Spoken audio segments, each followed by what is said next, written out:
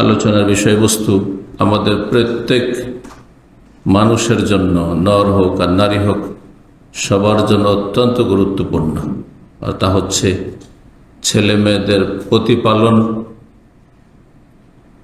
কোরআনে কারিমে যে লোকমান হাকিম আলাইহিস সালাতু ওয়াস সালাম মেয়ের উপদেশের আলোকে তিনি যে উপদেশ দিয়েছিলেন সন্তানকে, যে উপদেশগুলি, সেই উপদেশগুলির আলোকে ছেলে মেয়েদের প্রতিপালন, তরবিয়ত।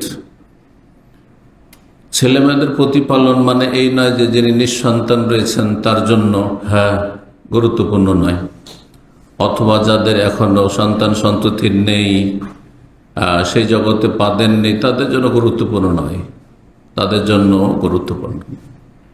এই জন্য যে আগে নিজের প্রতিপালন হইতে হবে, ঈমানি প্রতিপালন, ঈমানি তরবিয়ত, নিজেকে প্রশিক্ষণ নিতে হবে, নিজেকে ট্রেন হইতে হবে আগে।